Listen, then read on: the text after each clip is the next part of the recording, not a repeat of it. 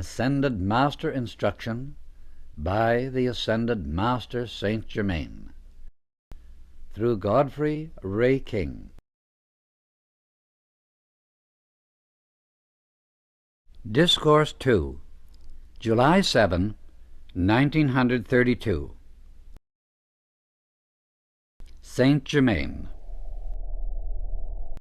Invocation.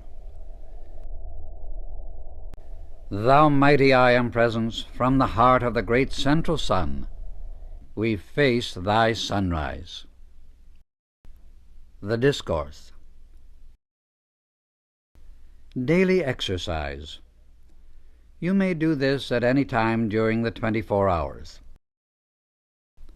Stand erect, face the east, and say mentally or aloud.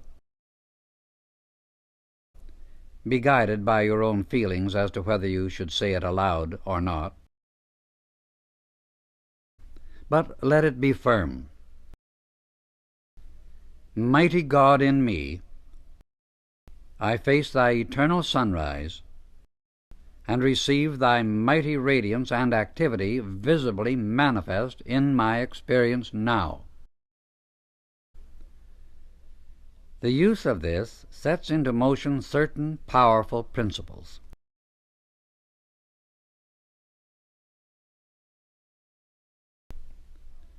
Warning: if students use this, they should analyze themselves first and see if they are really sincere in their determination to have and serve the light unconditionally.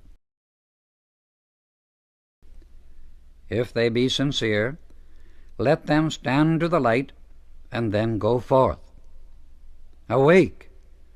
Stand to the light and serve only the one presence of right and justice.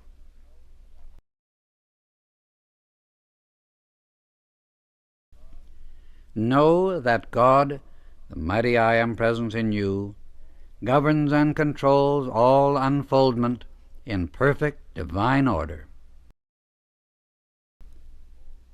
As the sea holds all created life in its embrace, which is designed for its sphere,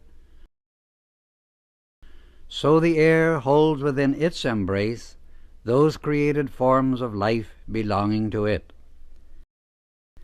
These are two links ever active between the human and the divine,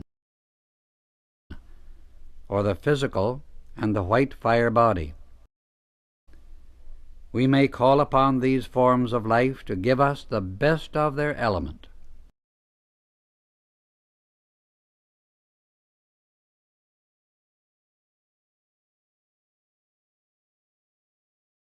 Discourse 3, July 11, 1932. Saint Germain. Invocation. Thou mightiest of the mighty, thou mighty God, we face thy sunrise. These thy children face the sunrise of the soul, and receive thy all-sustaining power, thy courage, thy wisdom, and thy illumining presence.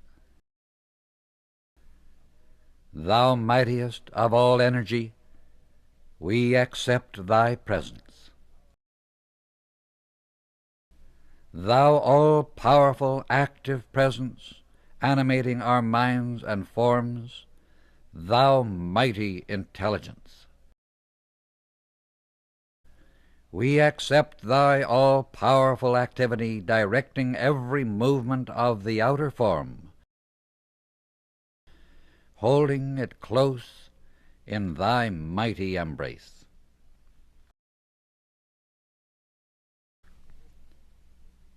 The Discourse. God's certain assurance. In every activity of life, there must be something to which the consciousness can be anchored, or which can stabilize it.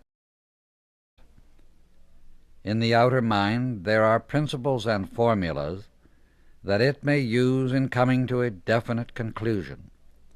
For instance, by following the principles of mathematics, we come to certain results. When a formula is worked out, you produce certain results, no question about it. How much more important it is, then, to get the attention of the individual fixed upon that indwelling presence with the same assurance. You must know that the principle of life in you and enfolding you is far greater than the outer things which you have experienced for long centuries and have unknowingly clung to.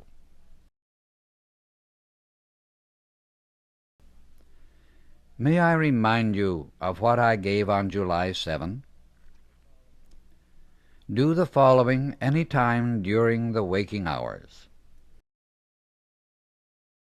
Stand, face the east, and say verbally or mentally, but let it be firm, Mighty God, in me I face thy eternal sunrise, and receive its mighty radiance and activity visibly manifest in my experience.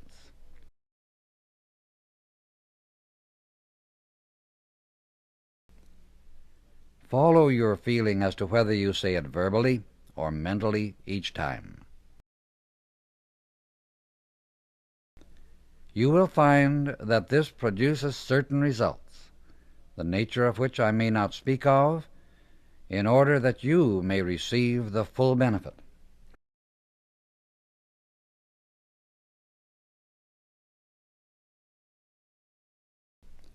If students use this, they should first analyze themselves and see if they are sincere in their stand to the light. If they are sincere, let them stand to the light, and then go forth. The principle of God, which is your active consciousness, is always enfolding the outer form.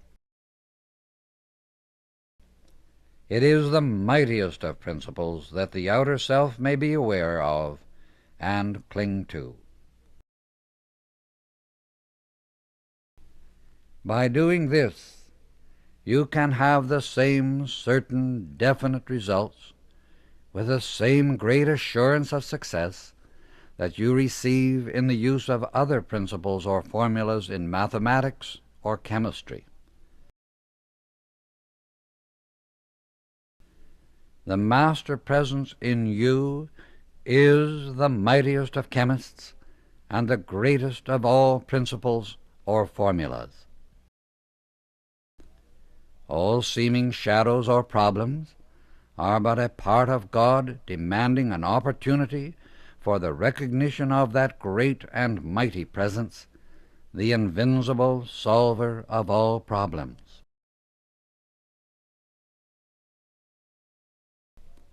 All problems are but to compel a recognition of God as the supreme controller and activity in all things.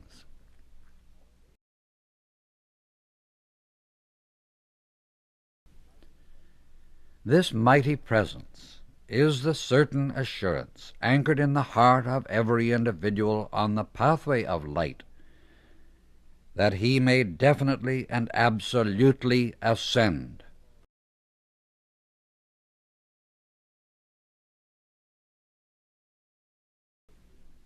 Therefore you will see that the outer experience, which would otherwise seem disconcerting or disturbing, is but the demand of the great self to the outer to turn about and face the eternal sunrise of God's glorious radiance enfolding every one of his children and all his creation.